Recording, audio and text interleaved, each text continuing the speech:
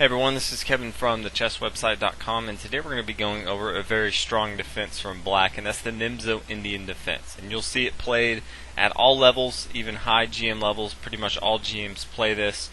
And it starts out with pawn d4, e6, c4, knight to f6 development move, and knight to c3 development move, followed by bishop to b4, pinning down this knight to the king on e1.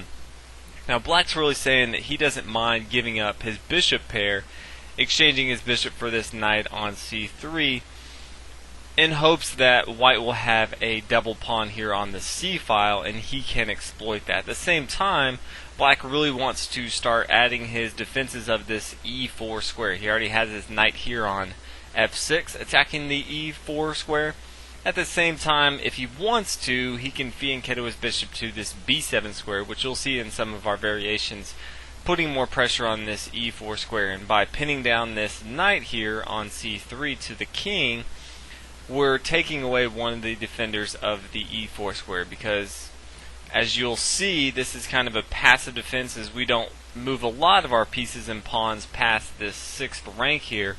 But we really don't want to give up all the center control to white. We really want to focus on the light squares, in particular in most of the variations, and more importantly focus on this e4 square.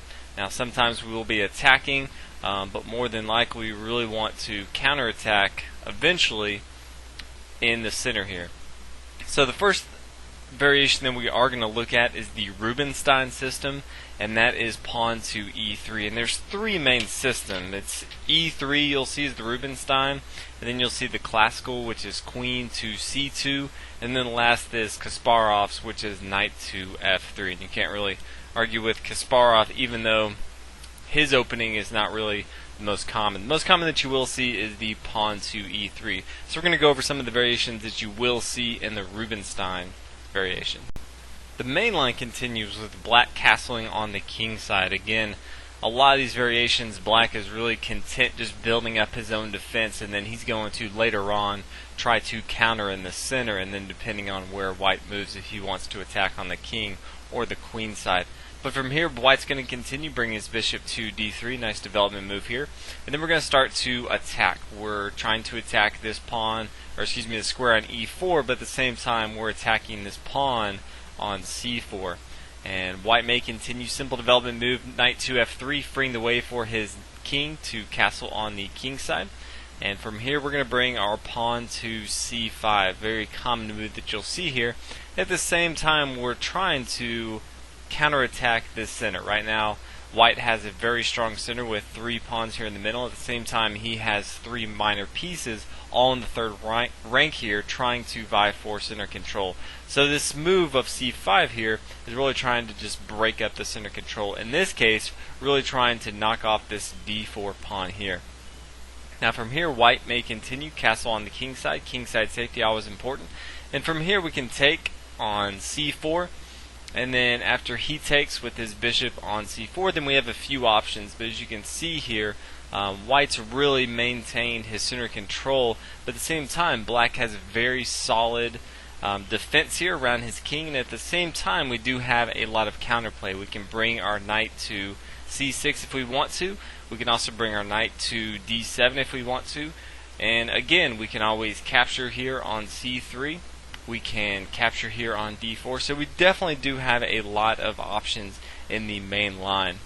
My personal favorite variation in the Rubinstein system is pawn to c5, and this puts a lot of pressure right away on the d pawn. Now again, there are many different variations, so I'm not going to go over 10-20 minutes on every single variation, but I do want to let you know some of the common ones, and also kind of what I like to play myself and how it kind of works for me. And I feel like pawn to c5 is probably one of the more aggressive plays for black.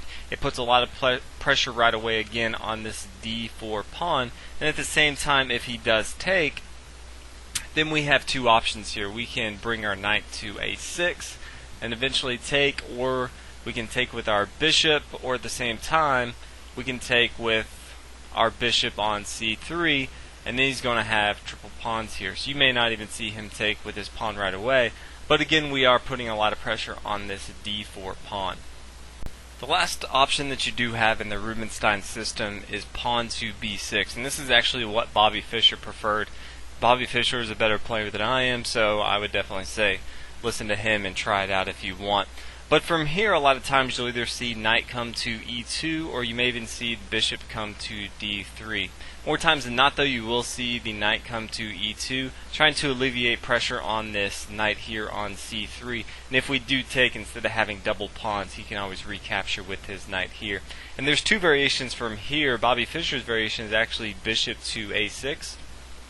If we can ever get rid of this pawn here, which we can push forward with our pawn here on d5, to get rid of this pawn here, we can exchange our light square bishop if we chose to. And second of all, there's another variation besides this a6, and that's the American variation, and that is from here we're going to bring our knight to e4, putting a lot of pressure on this knight here on c3. We're going to exchange both of our pieces, our knight and our bishop here on c3, and then we're going to bring our pawn, our f-pawn, to f5. And this is a very, very aggressive defense from black, because we're still, again, trying to put a lot of pressure on this central e4 square that we talked about earlier. Then we can castle on the king side still, and we'll have this semi-open f-file if we can get off this pawn on f5. But as you can see, this is very aggressive, and we're really trying to put a lot of pressure on the center, especially this e4 square. So you definitely do have a lot of options in the Rubinstein system. One of the variations is getting a lot of traction in chess is queen to c2. A lot of white players, when they face the Nimzo Indian Defense, which is very common, they really don't want to have these doubled pawns on the c file. So a lot of times, instead of opting for the Rubinstein with pawn to e3, they'll just instead play queen to c2, basically saying if you want to trade off your bishop pair, that's fine, but I'm just going to recapture with my queen here on c3.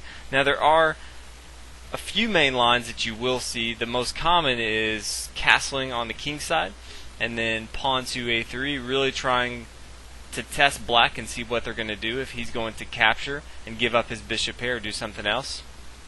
From here, black is going to capture.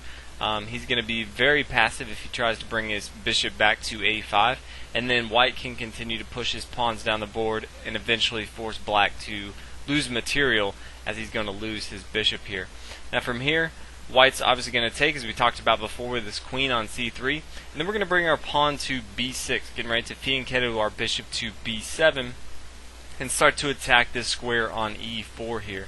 Now from here, black can bring his bishop down to g5, pinning our knight down to our queen. As you can see here already, white's pieces are a little bit more active, as far as ours have not gone past the 6th rank, but at the same time, this complete side, his king side, is completely underdeveloped, and most of ours we already have king side safety. We're already castled on the king side. At the same time, we can develop our light square bishop pretty easily.